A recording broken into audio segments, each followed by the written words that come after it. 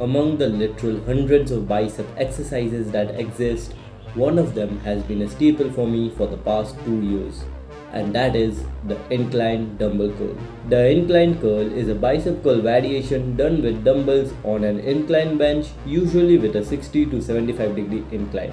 This exercise is probably one of the best bicep builders of all time, and that's due to a lot of reasons. The first and the most important one is that these provide you with an unimaginable level of stretch on your biceps. If done correctly, it should feel like your biceps are literally being pulled apart, but your joints, elbows, tendons will still be in a relatively safe position. By this time, it's been proven with a shitload of evidence to support it that stretch under load is an independent stimulus for growth, and that going through these stretched positions with a full range of motion is a very strong and positive driver for hypertrophy or muscle growth. This movement puts your biceps in those stretched positions because when you are laying on that inclined bench and your arms are hanging vertically down, they are actually behind your torso, hence stretching the biceps. Now, that doesn't mean that contraction based movements like the preacher curls don't work. In fact, those are my second favorite bicep movement after this one. But even in a contraction based movement like the preacher curls, where your biceps are placed in a shortened position by default, the most stimulative range of motion will be the bottom part of the movement, where your biceps are being stretched the most relative to that exercise. While performing this exercise, be sure to bring your arms straight back down in the end, milking out the stretch as much as possible. It's okay to let your elbows drift forward a little bit during the concentric phase, but don't forcefully swing your elbows in front of you. Just curl naturally, and in the end, stretch out your biceps as much as possible during the lowering or eccentric phase. This video is sponsored by me. Yeah, I know that was lame. But if you are enjoying the video so far, be sure to leave a like down below and subscribe to my channel. Here I am trying to build a community where I share my lifting journey with you all while we try to grow our physiques together.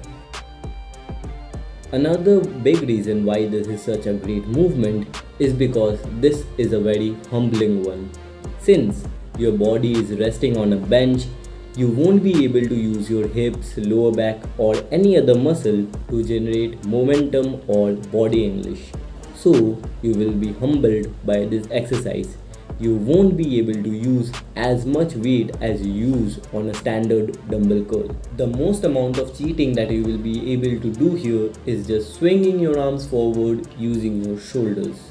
But we already addressed that. Something that gives this particular exercise an edge over all the other similar movements, like the Bayesian curls for example, is that the bench makes the movement really stable, which helps you to grind through those last few reps of a set by a ton. I don't know if it's just me, but the extra stability demands from your core and shoulders make it really hard for me to grind near failure in the Bayesian curls, even though I consider them a great exercise. One thing that you must keep in mind is that you should use straps when the weight starts to get heavy, because if you do this movement in a proper manner with slow eccentrics, your grip will give out before your biceps. So now you probably see why I put this exercise in such a high regard.